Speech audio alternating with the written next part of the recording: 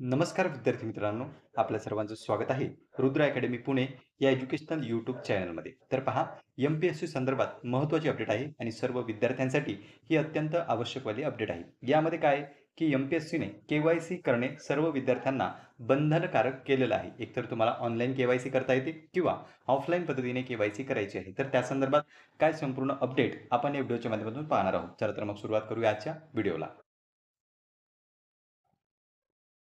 तर पहा विद्यार्थी मित्रांनो, एम-पी-एस-सीच्या के-वाय-सी संदर्भात एम-पी-एस-सीने सविस्तर प्रसिद्धीपत्रक काढलेलं आहे. ते तुम्ही पाहिलेलं असेलच, ते आपल्याला पाहण्याची आवश्यकता नाही. त्यामध्ये त्यांनी 3 ते 4 पर्याय सांगितलेले आहे, की कशा पद्धतीने तुम्ही के-वाय-सी वगैरे करू शकता.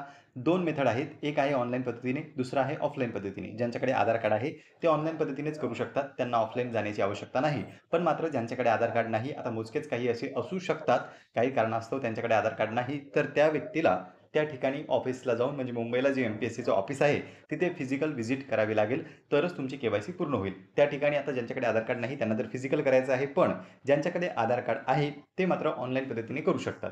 तर कशा पद्धतीने करता येणार आहे, कोणकोणत्या स्टेप्स आहेत, तेच आपण या ठिकाणी बघतोय. लिंक जी आहे तुम्हाला लिंक वेबसाईट आपल्या डिस्क्रिप्शन बॉक्समध्ये मिळून जाईल. डिस्क्रिप्शन बॉक्समध्ये लिंक दिलेली आहे, त्या लिंकवर आपल्याला क्लिक करायचं आहे. सर्वात प्रथम इथे पहा स्टेप सरळ मी सांगतो तुम्हाला, म्हणजे जास्त वेळ तुमचा वाया जाणार नाही.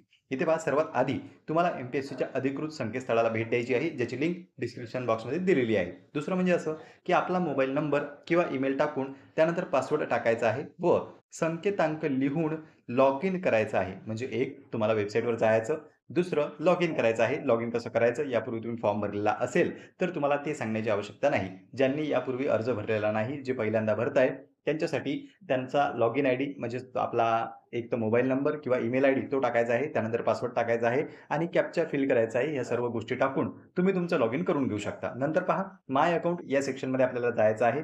त्याच्यामध्ये गेल्याच्या नंतर प्रोफाईल आपला जो आहे, प्रोफाईल झाल्याच्या नंतर म्हणजे आपलं जे प्रोफाईल आहे ते तुमचं ऑलरेडी तयार असेल. तुम्ही यापूर्वी फॉर्म भरलेला असेल आणि तिथे काय करायचं आहे आपल्याला माय अकाउंटमध्ये जे प्रोफाईलचं ऑप्शन आहे त्या ऑप्शनवर जाऊन आपल्याला अनलॉक करायचं आहे. म्हणजे जे आपलं प्रोफाईलचं ऑप्शन आहे ते त्या ठिकाणी अनलॉक करायचं. अनलॉक केल्याच्यानंतर तुम्हाला ओ-टी-पी टाकावा लागेल.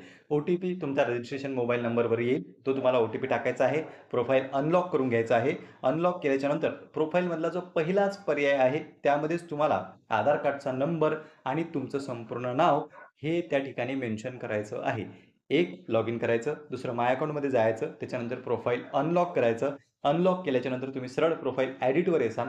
एडिटमध्ये पहिलाच पॉइंट आहे पर्सनल इन्फॉर्मेशन आणि त्याच अंतर्गत जो पहिला मुद्दा आहे, त्यामध्ये आहे आधार कार्डचा नंबर आणि तुमचं संपूर्ण नाव.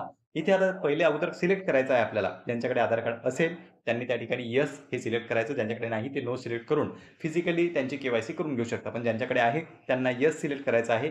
येस सिलेक्ट केल्याच्या नंतर तुम्हाला तुमचे आधार कार्डचे शेवटचे 4 अंक टाकावे लागतील. अगोदर तुम्ही नंबर टाकलेला असेलच, आता मात्र तुम्हाला शेवटचे 4 अंक टाकावे लागतील किंवा जर तुम्ही ऑलरेडी टाकलेलं असेल, तर तिथे दाखवेल ते, की तुम्ही टाकलेलं आहे म्हणून. जर टाकलेलं नसेल, तर तो अंक जे आहे ते तुम्ही टाकून घ्या.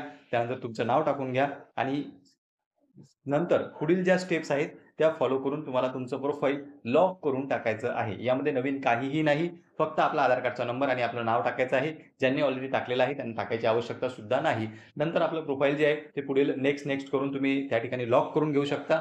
महत्त्वाचा पॉइंट हा आहे, की आपण ज्यावेळी आता आगामी काळात जाहिरात येईल आणि अर्ज भरावे लागणार आहेत, तर त्यावेळेस तुम्हाला ओ-टी-पी मागितला जाऊ शकतो. म्हणून तुमच्या आधार कार्डशी लिंक जो मोबाईल नंबर आहे, तो त्या ठिकाणी आवश्यक आहे. जर नसेल, तर तुम्ही करून ठेवा. कारण की आगामी काळात फॉर्म भरताना तुम्हाला आधारशी संलग्नित जो मोबाईल नंबर राहील, त्यावर ओ-टी-पी येण्याची शक्यता आहे. म्हणून फक्त लॉग इन करायचं आहे. प्रोफाईलमध्ये जायचं आहे. प्रोफाईल अनलॉक करायचं. त्या ठिकाणी आधार कार्डचा नंबर आणि तुमचं नाव टाकायचं आहे आणि भविष्यात जर काम पडलं, तर तुम्हाला ओ-टी-पी द्यावा लागू शकतो. सध्या मात्र ओ-टी-पीची आवश्यकता नाहीये. सध्या तुम्ही बिना ओ-टी-पीच तुमचं आधार कार्ड हे त्या ठिकाणी मेन्शन करू शकता. तर पहा विद्यार्थी मित्रांनो, या ठिकाणी अशा पद्धतीची स्टेप्स आहे, ही तुम्हाला फॉलो करायची आहे. सर्व विद्यार्थ्यांना के-वाय-सी करणं बंधनकारक आहे. म्हणूनच सर्व विद्यार्थ्यांसाठी ही महत्त्वाची अपडेट आहे. लिंक आपल्या डिस्क्रिप्शन बॉक्समध्ये मिळून जाईल. तुम्ही जर चॅनलवर पहिल्यांदा आलेले असाल, तर चॅनलला सबस्क्राईब करून ठेवा. कारण की अशाच अपडेट तुम्हाला इथे मिळत राहतात आणि त्यासोबतच तुम्ही जे आहे आपल्या चॅनलला व्हिजिट करा. टेलिग्रामला सुद्धा व्हिजिट करू शकता. टेलिग्रामची लिंक सुद्धा डिस्क्रिप्शन बॉक्समध्ये तुम्हाला मिळून जाईल. काही प्रश्न असतील तर ते तुम्ही विचारा. पुन्हा भेटूया आपण अशाच एका माहितीपूर्ण व्हिडिओमध्ये. नमस्कार.